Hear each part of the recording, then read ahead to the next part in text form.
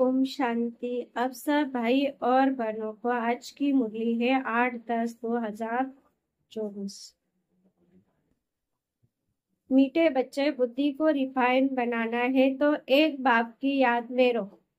याद से आत्मा सोचे बनती जाएंगी। प्रश्न, वर्तमान समय मनुष्य अपना टाइम व मनी वेस्ट कैसे कर रहे हैं? उत्तर है, जब कोई शरीर छोड़ता है तो उनके पीछे कितना पैसा आदि खर्च करते रहते हैं। जब शरीर छोड़कर चला गया तो उसकी कोई वैल्यू तो रही नहीं, इसलिए उसके पिछाड़ी जो कुछ करते हैं उसमें अपना टाइम और मनी वेस्ट करते हैं। ओम शांति। रूहानी बाप बैठ रूहानी बच्चों को समझाते हैं। ये भी ऐसे कहते हैं ना, फिर बाप है या दादा है। दादा भी कहेंगे रूहानी बाप तुम बच्चों को ये नॉलेज सुनाते हैं। पास्ट, प्रेजेंट, फ्यूचर का वास्तव में सतयुग से लेकर त्रेता अंत तक क्या हुआ है, यह है मुख्य बात। बाकी द्वापर कलयुग में कौन कौन आए हैं, क्या हुआ, उनकी हिस्ट्री ज्योग्राफी तो बहुत है।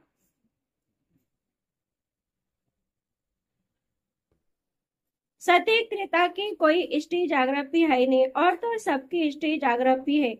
बाकी देवी देवताओं को लाखों वर्ष पहले ले गए हैं। यह है बेहद की बेसमझी। तुम भी बेहद की बेसमझी में थे, अभी थोड़ा थोड़ा समझ रहे हो। कोई तो अभी कुछ समझते नहीं है, बहुत कुछ समझने का है। बाप ने आबू की महिमा पर समझाया है, इस पर ख्याल करना चाहिए, तुम्हारी बुद्धि में आना चाहिए। तुम यहाँ बैठे हो, तुम्हारा यादगार देलवाड़ा मंदिर कब बना है, कितने वर्ष बना है, कितने वर्ष बाद बना है? कहते 1250 वर्ष हुए हैं, तो बाकी इतने वर्ष रहे यानी 3750 वर्ष, तो उन्हें भी अभी का यादगार और वैकुंठ का यादगार बनाया है। मंदिरों की भी कंपटीशन होती है ना, एक दो से अच्छा बनाएंगे। अभी तो पैसा ही कहाँ है जो बनावे।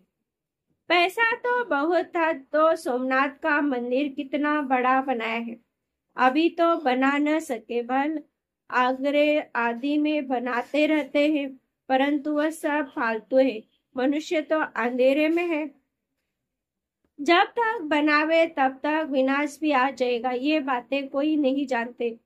तोड़ते और बनाते रहते, पैसे मुफ्त में आते रहते, सब वेस्ट होता रहता।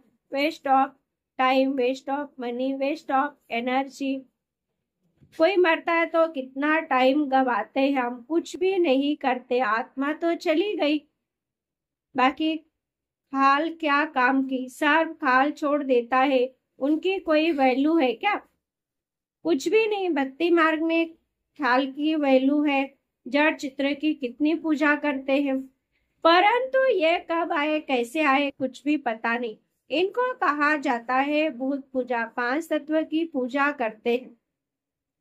समझो ये लक्ष्मी नारायण स्वर्ग में राज्य करते थे। अच्छा 150 वर्ष आयु पूरी हुई, शरीर छोड़ दिया, बस शरीर तो कोई काम का न रहा, उनकी वहां क्या वैल्यू होगी? आत्मा चली गई, शरीर चांडाल के हाथ दे दिया, वह रस्म रिवाज अनुसार जला देंगे। ऐसे नहीं, उनकी मिट्टी लेकर उड़ाएंगे, नाम करने के लिए कुछ भी नहीं। यहाँ तो कितना करते हैं, ब्राह्मण खिलाते हैं, ये करते हैं, वहां ये कुछ होता नहीं। ख्याल तो कोई काम की नहीं रही, खाल को जला देते हैं। बाकी चित्र रहते हैं, सो भी एक्यूरेट चित्र मिल न सके। ये आदिदेव की पत्थर की मूर्ति एक्यूरेट है, पूजा जब शुरू किए तब के पत्थर की है। आसुर जो था वह तो जलकर खत्म हो गया ना। फिर भक्ति मार्ग में यह निकला है, इन बातों पर सोच तो चलता है ना। आबू की महिमा को अच्छी रीति सिद्ध करना है। तुम भी यहाँ बैठे हो, यहाँ ही बाप सारे विश्व को नरक से स्वर्ग बना रहे हैं, तो यही सबसे ऊंच तीर्थ रहा। अभी इतनी भावना नहीं है, सिर्फ एक शिव में भावना है। कहाँ भी जाओ शिव का मंदिर जरूर होगा। अमरनाथ में भी शिव का ही है। कहते शंकर ने पार्वती को कथा सुनाई, वहां तो कथा की बात है नहीं, मनुष्य को कुछ भी समझ नहीं है। अभी तुमको समझ आई है, आगे पता था क्या? अभी बाबा अबू की कितनी महिमा करते हैं। सर्व तीर्थों में ये महान तीर्थ है।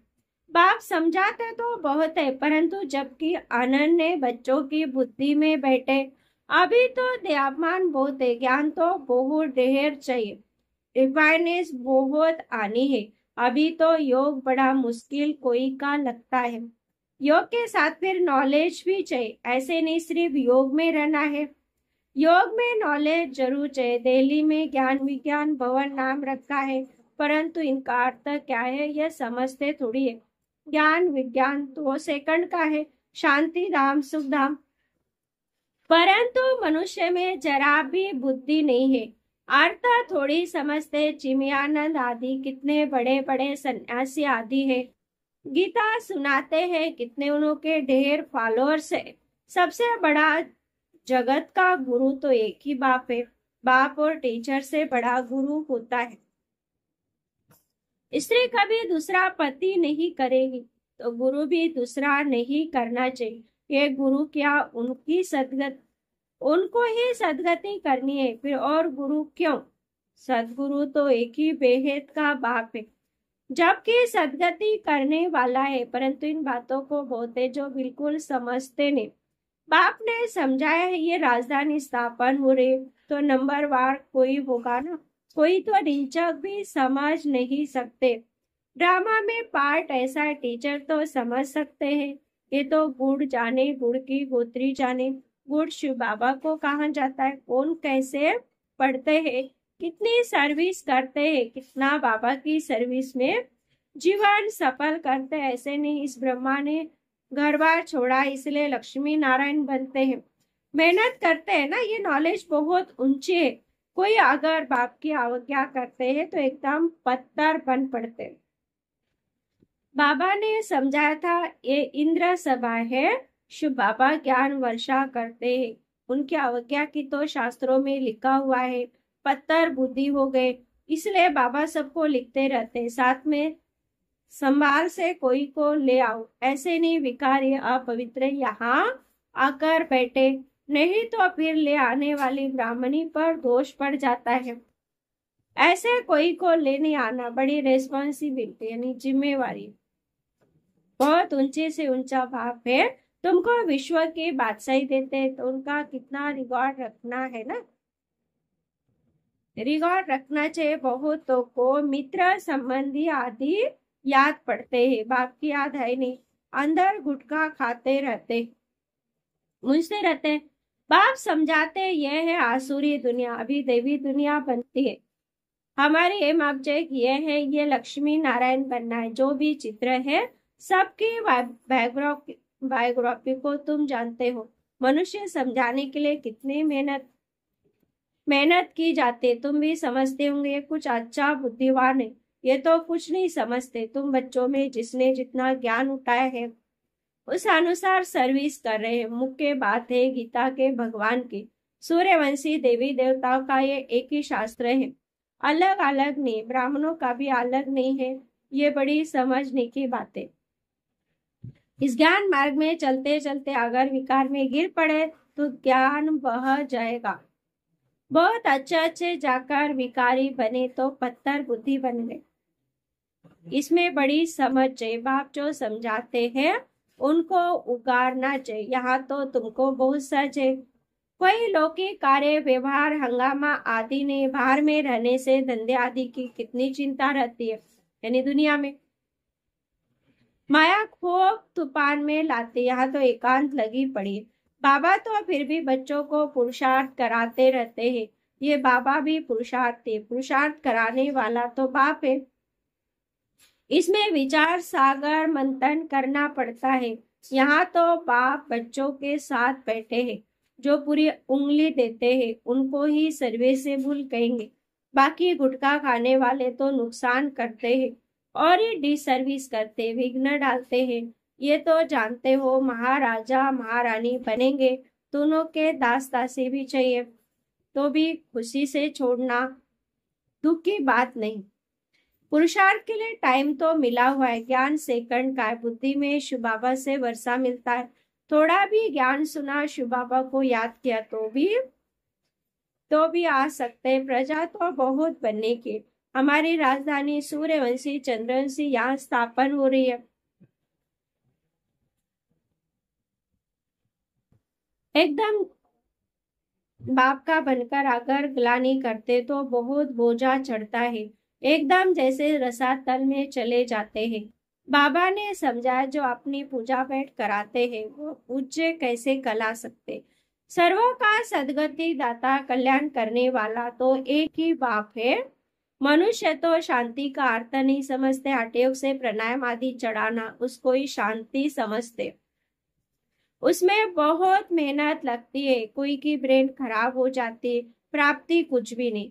वह है अल्पकाल की शांति। जैसे सुख को अल्पकाल का विष समान करते, वैसे वह शांति भी काग विष के समान है। वह अल्पकाल के लिए। बाप तो एक ही जन्मों के लिए तुमको सुख शांति दे दोनों देते हैं। कोई तो शांति धाम में पिछाड़ी तक रहते होंगे। जिनका पार्ट है वो इतना सुख थोड़ी देख सकेंगे। वहां भी नंबरवार पद तो होंगे ना, बंदास्तासी होंगे, परंतु अंदर थोड़ी घुस सकेंगे। श्री कृष्ण को देख न सके आगे।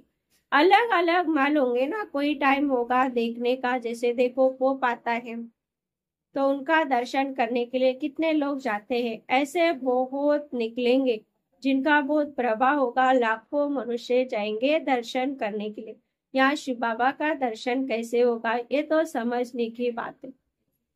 अब दुनिया को कैसे पता पड़े कि ये सबसे उच्च तीर्थ है। देलवाड़ा जैसा मंदिर शायद आसपास और भी हो, वह भी जाकर देखना चाहिए कैसे बना हुआ है। उनको ज्ञान देने की भी दरकार नहीं, वह फिर तुमको ज्ञान देने लग जाएंगे। राय देते ना, ये करना चाहिए ये करना चाहिए। ये तो जानते नहीं कि इनको पढ़ाने वाला कौन है। एक एक को समझाने में मेहनत लगती है। उन पर कहानियां भी है। कहते थे शेर आया शेर आया, तुम भी कहते मौत आया कि आया, तो वह विश्वास नहीं करते हैं। समझते अभी तो 40,000 वर्ष पड़े हैं। मौत कहाँ से आएगा, परंतु मौत आना तो जरूर है। सबको ले जाएगा। वहां कोई भी किचड़ा होता नहीं। यहाँ की गऊ और वहां की गऊ में कितना फर्क है। श्री कृष्ण थोड़ी गौया चराता था।